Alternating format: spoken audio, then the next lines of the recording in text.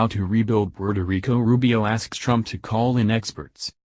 Washington, Reuters. Senator Marco Rubio said on Thursday he has urged U.S. President Donald Trump to create a high-level task force to provide ideas and advice for helping Puerto Rico to rebuild after Hurricane Maria, and that the president was receptive to the idea.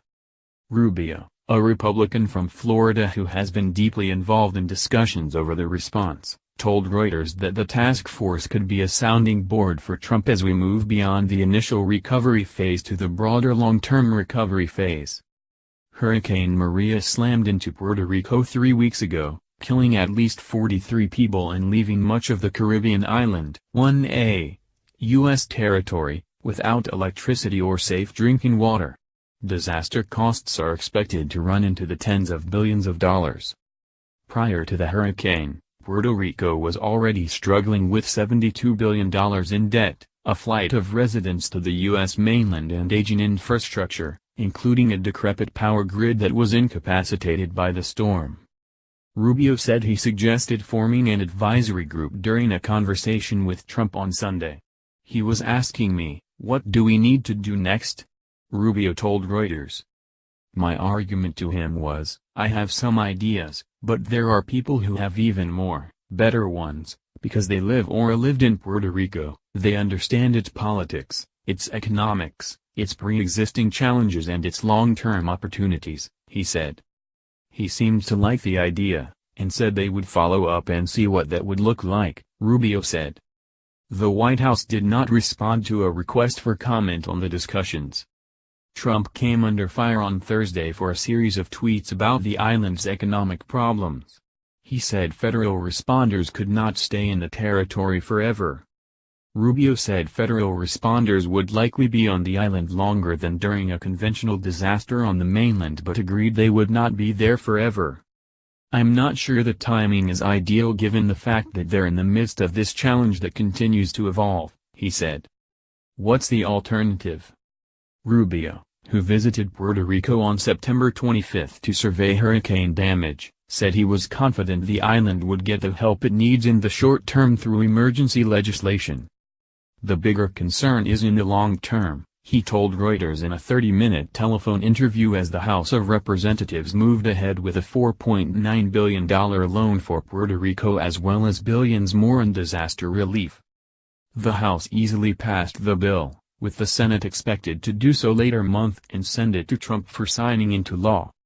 Puerto Rico's economy ground to a halt in the storm. Its government is poised to run out of money for payroll and essential services at the end of October. That left Congress with little choice but to help fill the gap, Rubio said.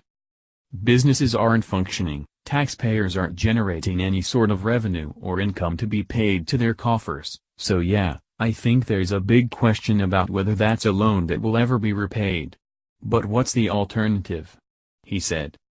Puerto Rico's governor, Ricardo Rossello, also has asked for $4.6 billion in block grants and other types of funding.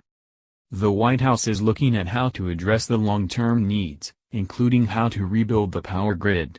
The lack of electricity has been the biggest problem for Puerto Rico's 3.4 million residents. "They're basically 3 weeks now living in the 19th century, Rubio said. Puerto Ricans, who are U.S. citizens, are likely to continue to flee to the mainland United States unless conditions improve, with Florida one of their top destinations. Rubio said it is up to the oversight board charged with resolving Puerto Rico's debt crisis to determine how to address the island's debt, noting that private debt owed to investors with legal recourse cannot simply be forgiven by the federal government. "I don't think there's going to be a federal bailout in which billions of dollars are spent to bail out Puerto Rico. Quite frankly, I've never had anyone in Puerto Rico's government ask for that," Rubio said.